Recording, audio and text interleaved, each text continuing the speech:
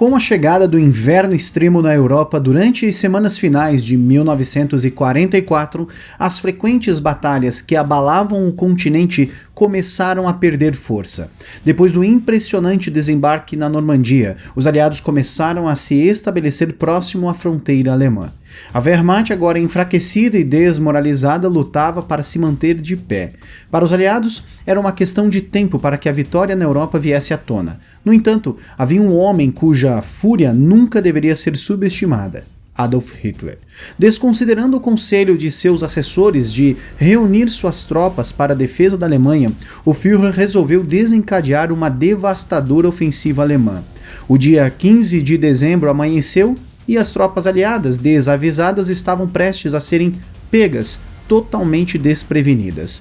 Foi apenas um dia antes que o comandante do 21º Grupo de Exército, Bernard Montgomery, proclamou a seguinte citação com confiança, abre aspas, "As insuficiências da mão de obra alemã, de equipamentos e recursos, impedem qualquer ação ofensiva de sua parte", fecha aspas. Os jovens recrutas aliados agora estavam iludidos numa falsa sensação de segurança e seu mundo prestes a se desfazer. Como uma tempestade de trovões, uma força alemã surpresa estava prestes a atacar as tropas norte-americanas. O poder dos alemães e seu numeroso exército eram tão extremos que pareciam invencíveis. Esta nova Blitzkrieg, que se baseia justamente em um ataque rápido, móvel e de surpresa, seria implacável e a impiedosa frente alemã consumiria as Ardenas à medida que a linha de frente americana fosse destruída. Ainda assim, em meio ao caos, uma luz no fim do túnel surgiu. No meio das florestas congeladas da Bélgica, junto com Lyle Balk Jr. e seu bando de 18 homens se recusaram a ceder. Juntos, esses corajosos guerreiros aliados precisariam se manter firmes contra um batalhão inteiro de mais de 500 soldados alemães.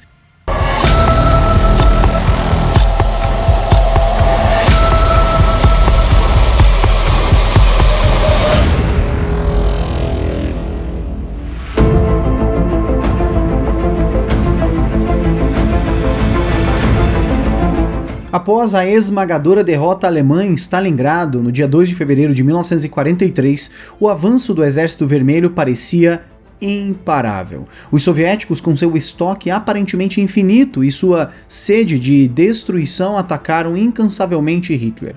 E no final de 1944, o Führer foi forçado a admitir que Berlim logo sucumbiria a essa investida soviética. A menos que, por algum golpe estratégico genial, as forças alemãs na frente ocidental pudessem ser redirecionadas para defender o leste. No entanto, a situação no ocidente não era menos pior. Os aliados ocidentais já estavam posicionados às portas da Alemanha, tendo executados uma invasão magistral na Normandia. No entanto, na mente de Hitler, essas forças eram mais suscetíveis à fratura do que o monolítico Exército Vermelho. O ditador alemão percebeu a aliança entre a Grã-Bretanha e os Estados Unidos como tênue, convencido de que um único e decisivo golpe poderia romper o frágil laço entre eles e persuadir os Estados Unidos a negociar um acordo de paz. Isso, por sua vez, permitiria que a Alemanha concentrasse suas últimas forças para repelir a ameaça soviética. Mas as chances estavam empilhadas contra a Alemanha. Com recursos estratégicos esgotados, uma reserva cada vez menor de mão de obra e equipamentos maltratados, tornaram então o lançamento de um ataque ainda mais desafiador. Exigiria, então, um total compromisso dos últimos soldados alemães na frente ocidental. O plano de batalha era claro. Hitler ressuscitaria as táticas que lhe serviram bem 4 anos antes, desencadeando um ataque relâmpago através das Ardenas com a sua formação mais formidável, o 6º Exército Panzer. As forças alemãs perfurariam as linhas dos Estados Unidos nas Ardenas, no rio Mosa, e em seguida capturariam a cidade de Antuérpia, cortando a frente aliada e forçando os aliados em situação semelhante à da evacuação em Dunkerque. A jogada ousada oscilou no fio da navalha. Os alemães conseguiriam entregar um esmagamento golpe humilhante para os aliados, forçando-os a reavaliar seu compromisso com a guerra, ou poderiam desperdiçar completamente os últimos resquícios da Wehrmacht de força, deixando-os vulneráveis a uma invasão imparável dos aliados na Alemanha. Hitler não hesitou ou brincou com a ideia de adotar uma postura defensiva. Com todas as fichas na mesa, ele desencadeou a feroz ofensiva das Ardenas.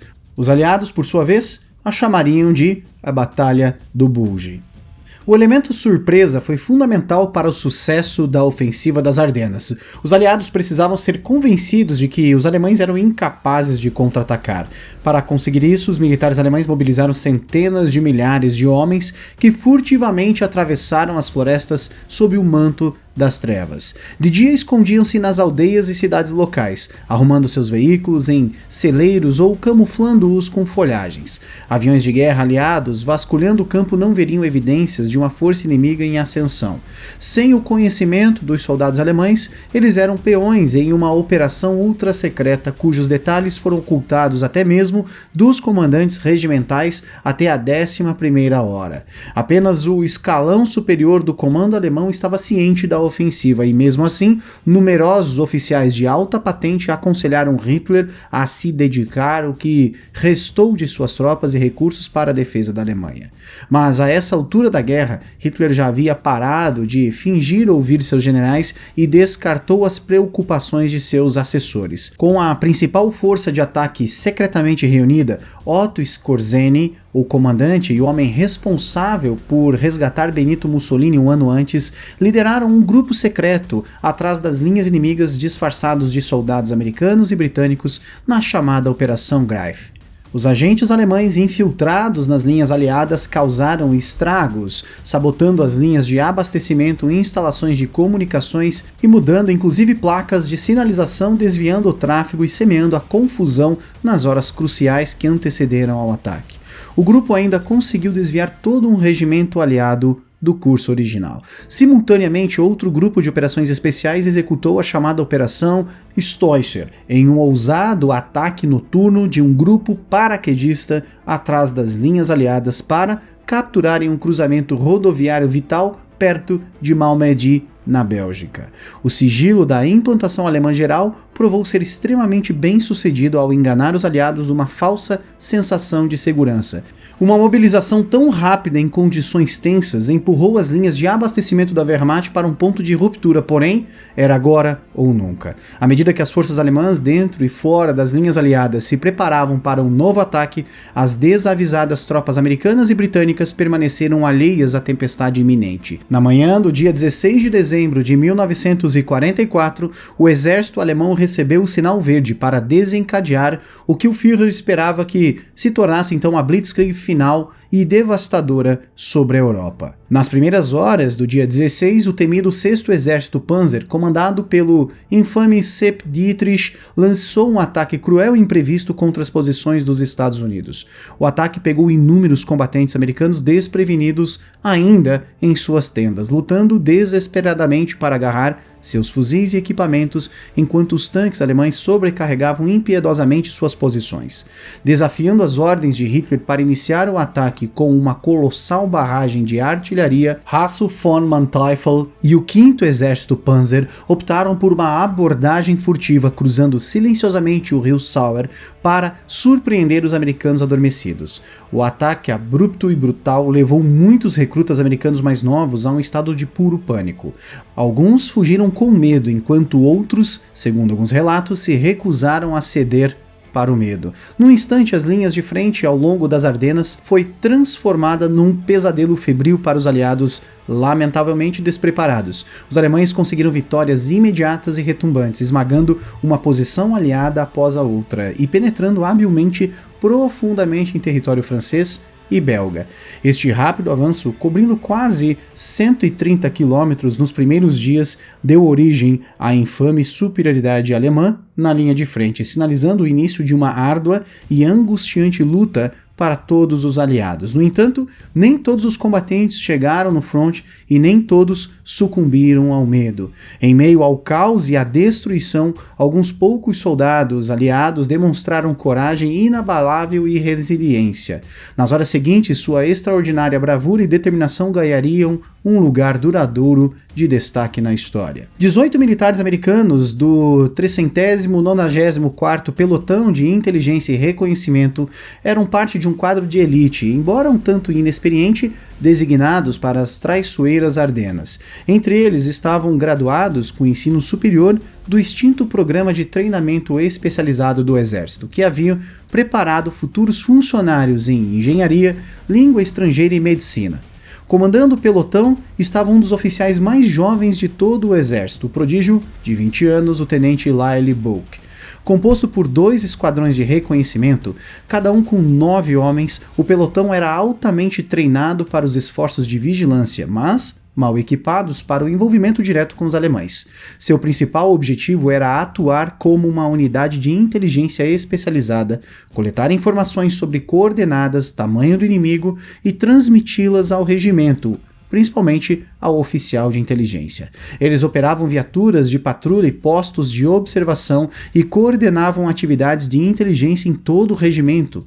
Estacionados em um prédio de tijolos em Groningen, na Bélgica, perto da fronteira com a Alemanha, eles utilizaram então um porão como uma instalação de armazenamento para rações militares de combate. Na fatídica manhã de 16 de dezembro, os 2 esquadrões detectaram um formidável avanço alemão na cidade vizinha. Os americanos foram efetivamente cortados, com a comunicação para o quartel-general severamente interrompida e nenhum suporte adicional à vista.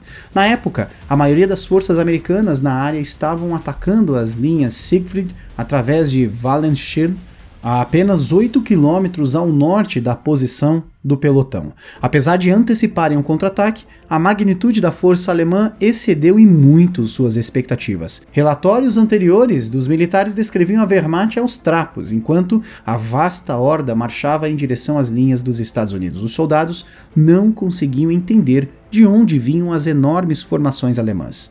Destemido, o tenente Bulk e sua equipe resolveram estabelecer fortificações em Lanzerhatt, no topo de uma colina aninhada à beira da floresta com vista para uma vasta extensão do pasto. Aproveitando os restos de trincheiras deixados por uma unidade anterior, eles cavaram mais fundo, ampliando os espaços para acomodarem os soldados adicionais. Escondidos sob troncos de pinheiros, sua posição comandava um trecho de 300 metros da linha do cume a nordeste. Isso lhes dava um ponto de vista claro sobre a bifurcação na estrada à sua esquerda. À medida que a neve caía, os americanos se misturavam perfeitamente ao seu entorno, escondido dos olhares indiscretos do inimigo abaixo. Eles utilizaram uma cabana de madeira como abrigo para se aquecerem e se armaram com um arsenal impressionante protegido por Bulk, que incluíam carabinas adicionais, rifles automáticos e uma metralhadora leve. Uma metralhadora de calibre .50 montada num jipe, também obtida através da engenhosidade de Bulk, completou o seu esquema de segurança.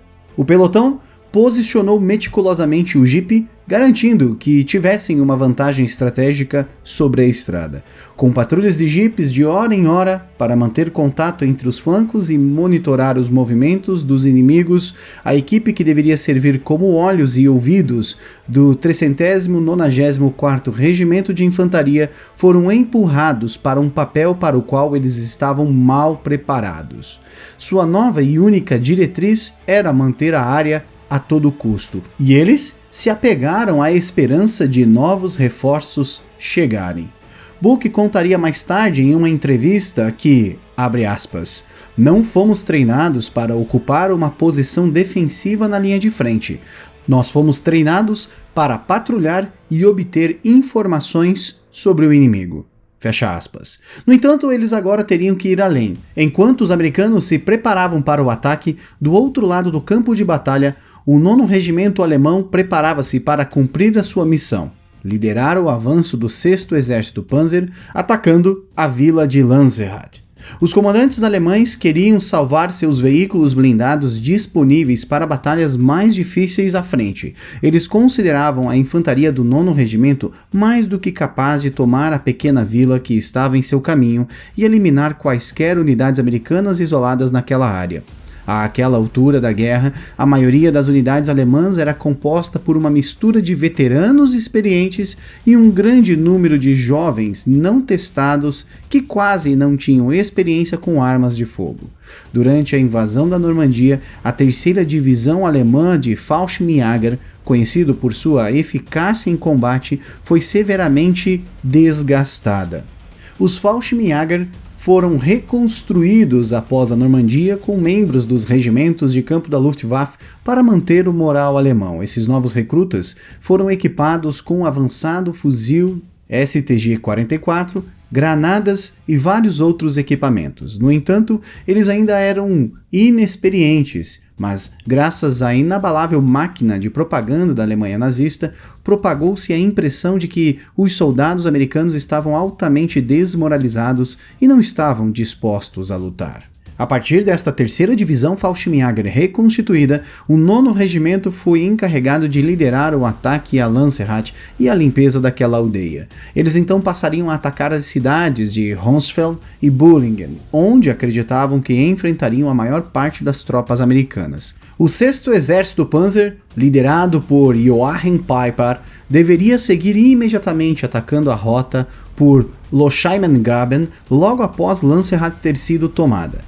Apesar das recentes perdas da Alemanha e do fato de que eles estavam sendo esmagados por exércitos estrangeiros em 2 frentes, a moral desses militares alemães permanecia forte. Eles se viam como a defesa definitiva de sua pátria e estavam preparados para lutar com unhas e dentes para protegê-la.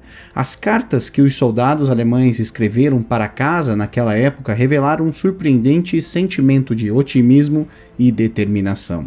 Eles acreditavam que a vitória era possível e percebiam seu avanço como imparável. As forças alemãs avançaram através das áreas densamente arborizadas.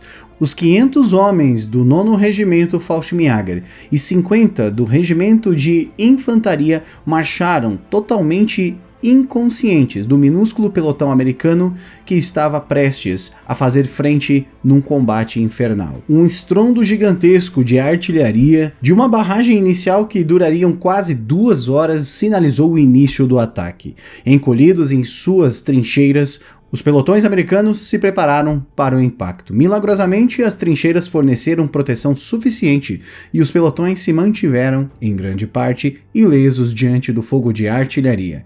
No entanto, seu alívio durou pouco, pois descobriram que os soldados alemães cortaram as suas linhas, deixando-os isolados e incapazes de chamarem por apoio. Desesperado por informações, o regimento deu ordens por rádio para que o pelotão mantivesse a sua posição e enviasse uma patrulha. Enquanto a patrulha se arrastava pela paisagem destruída, eles assistiam horrorizados enquanto uma enorme formação de infantaria alemã avançava sob o brilho dos holofotes gigantes perto de Lochheim. Ao amanhecer, Buck avistou uma longa coluna de cerca de 500 soldados alemães marchando em sua direção. 18 homens contra 500. Buck entrou em contato com a sede do regimento para solicitar permissão para se retirar e se envolver numa ação de retardo. No entanto, ele foi instruído para manter a posição a todo custo e aguardar reforços do 3º Batalhão. Os soldados alemães continuaram a avançar e Buck enviou alguns de seus homens para ajudar em várias posições defensivas. Pequenos combates ocorriam ao redor da aldeia, com os soldados americanos entrando em combate corpo a corpo, em alguns casos com soldados alemães que avançavam por ali. Os determinados soldados alemães eram altamente inexperientes, mas super confiantes, e logo o seu zelo imprudente os faria pagar por aquela ação. O jipe armado com a metralhadora calibre .50 acabou por neutralizar a maior parte de um pelotão alemão durante aquele avanço. Em sua posição no cume, Buck e seu pelotão se preparou para surpreender as forças alemãs à medida que elas avançariam. Foi neste momento que uma garota jovem alertou os alemães sobre a presença dos americanos. Os alemães imediatamente se esconderam, e um feroz tiroteio se seguiu entre o pelotão americano em menor número e o avanço da infantaria alemã. Os americanos literalmente depositaram suas esperanças na meticulosa defesa arquitetada. À medida que pequenos combates se transformavam em grandes tiroteios, os soldados americanos acabavam então se surpreendendo pelas táticas inexperientes empregadas pelas tropas alemãs, que se agrupavam em frente às posições fortemente defendidas pelos americanos. Com isso, vários soldados alemães eram abatidos tentando escalar a cerca de arame farpado de quase 4 metros de altura que dividia o campo. O pelotão americano defendeu ferozmente sua posição ao longo do dia, infligindo perdas humilhantes às forças alemãs. Os buracos profundos e a neve pesada que havia caído durante a noite anterior tornou a posição americana praticamente invisível. Eles sabiam de onde vinha o fogo, mas não conseguiam revidar. O tenente Buck estava determinado a lutar até o último homem, mesmo com a ameaça da primeira divisão Panzer SS que se aproximava como reforço. Mas o fogo implacável do inimigo acabou cobrando seu preço, destruindo o rádio do pelotão e cortando sua última linha de salvação para o mundo exterior. À medida que o anoitecer se aproximava dentro das florestas congeladas e devastadas pela guerra nas Ardenas, com seus próprios suprimentos de munição diminuindo e incapazes de entrar em contato com a sede do regimento para mais instruções, os soldados americanos perceberam que provavelmente não sairiam vivos daquele morro em Lanzerhatt. De forma lenta e dolorosa, os soldados alemães começaram a se adaptar. Eles mudaram de ataques totalmente frontais para estratégias que cobriam as valas à beira da estrada com seus fuzis apontados para todos os soldados americanos escondidos. Com os flancos expostos, o tiroteio se intensificou. Mesmo com os níveis de munição caindo a cada minuto, os alemães não conseguiam penetrar nas defesas americanas que permaneciam praticamente intocadas. Apesar de estarem em grande número, a posição defensiva dos americanos era superior e causou enormes estragos naquele regimento de Fallschirmjäger. O angustiante tiroteio entre 18 homens e um grupo de mais de 500 soldados alemães durou por horas. Os 18 bravos soldados repeliram 3 ondas de ataques combinados enquanto o ar acabava ficando espesso com a fumaça da artilharia e o cheiro de pólvora que se espalhava pelo campo de batalha. Quando a terceira onda de ataques foi destruída, centenas de alemães encontravam-se espalhados sobre a neve suja e cheia de sangue. Ao mesmo tempo, apenas um soldado americano havia sido ferido naquela altura. No entanto, apesar do lendário triunfo, o pelotão sabia que não aguentaria muito mais tempo. Como Buck contou mais tarde em uma entrevista ao The New York Times, abre aspas, estávamos assustados e estávamos cansados, e foi como um pesadelo infernal, parecia que aquilo nunca acabaria e que não conseguiríamos ajuda, parecia que era tudo desesperador, fecha aspas. Exausto, com frio e com pouca munição, o tenente Buck buscou desesperadamente reforços ou uma ordem formal para a retirada.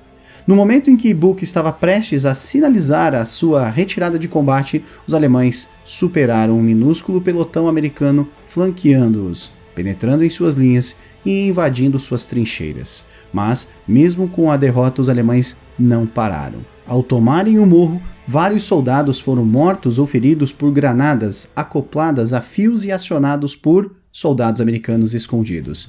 E, inesperadamente, os alemães não conseguiram romper totalmente a defesa americana. Ao mesmo tempo, Buck foi obrigado a sair de sua posição por conta de um oficial alemão que lhe rendeu com uma metralhadora. Certamente deviam haver centenas de outros soldados americanos escondidos, e os alemães queriam saber onde eles estavam. Sem resposta, Buck sabia que sua vida havia acabado quando o oficial alemão colocou a arma em suas costas e puxou o gatilho. Mas, então, num momento quase que milagroso, a arma dele travou. Estava sem munição. Nesse momento, Buck e o oficial alemão foram atingidos por disparos. O oficial alemão ficou gravemente ferido, enquanto Buck sofreu um ferimento na panturrilha. Tentando controlar a situação, o sargento alemão Vince Kubak então vai agarrar Buck e questionar quem estava no comando. Quando Buck respondeu que era ele, Kubak mal podia acreditar que o jovem americano havia liderado um esforço defensivo com apenas 18 homens. Quando ele e seus homens foram levados como prisioneiros, o tenente Buck não tinha ideia do que eles tinham acabado de fazer. No momento da sua captura, parecia que a derrota tinha sido esmagadora, e ele se culpava amargamente por não ter conseguido recuar mais cedo e impedido que seus homens se tornassem prisioneiros. O destino diante deles era tão sombrio quanto o seu último momento em Lancerat. Os membros do pelotão americano que podiam andar foram enviados para a Alemanha, enquanto os feridos foram carregados em caminhões e colocados posteriormente em trens. Buck foi colocado em um vagão de gado ferroviário com outros 71 prisioneiros de guerra e viajou por dias sem comida ou água. No Natal, 7 homens naquele vagão haviam morrido e o resto estavam com a sua vida por um fio. Os presos foram transportados para hospitais em Frankfurt e Hanover antes de serem presos em um campo de prisioneiros de guerra. Quando a força-tarefa Baum da 4ª Divisão Blindada de Patton tentou libertar o acampamento, o capitão Abbe Baum ficou surpreso com o grande número de prisioneiros e não conseguiu resgatar todos eles. Durante a tentativa, a maior parte da unidade de Baum foi resgatada e Buck estava salvo, mesmo faltando uma semana para o fim da guerra. Fraco, cansado e à beira do delírio depois de suportar tanto sofrimento, Buck teria que ser hospitalizado por meses após a guerra. Mesmo assim, ele não acreditava que seus homens tivessem realizado algo extraordinário. Em entrevista, algum tempo depois, ele disse, abre aspas, estávamos naquelas trincheiras e o que nós fizemos foi tentar nos defender e sobreviver a isso, fecha aspas. À medida que os meses se tornaram anos e os dias finais da Segunda Guerra Mundial foram definidos, Buck percebeu a importância de suas ações naquele fatídico dia. Soube que, na verdade, tinha segurado todo o 1º Batalhão do 9º Regimento Fallschirmjäger, da 3ª Divisão de Paraquedistas alemães com cerca de 500 homens. Ao fazer isso, a pequena força americana conseguiu lançar um checkmate na marcha do 6º Exército Panzer em direção a Antuérpia, remodelando o destino de uma das batalhas mais importantes e prolongadas da guerra. Às 4h30 da manhã do dia 17 de dezembro, com mais de 18 horas de atraso, a 1ª Divisão SS Panzer finalmente deixou Lancerat e dirigiu-se para o noroeste da estação de Buchholz. Todo o cronograma do avanço alemão sobre o rio Mosa e Antuérpia tinha sido severamente atrasado, dando aos americanos preciosas horas de descanso e reforços. Este atraso provou ser crucial no resultado geral da Batalha do Bulge, uma vez que proporcionou aos aliados o tempo necessário para se reagruparem e combaterem a ofensiva alemã.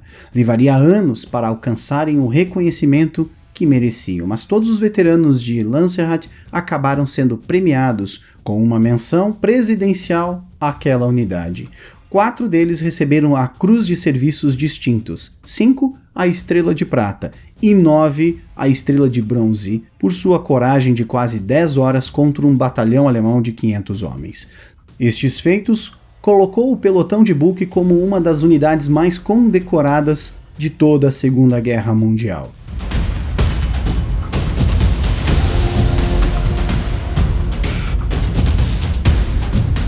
E todo o material que você viu neste vídeo pode ser encontrados também nestes livros que nós deixamos como dica para você, seguidor do Almanac Militar. Fica aqui o nosso muito obrigado por sua audiência, um grande abraço e até a próxima.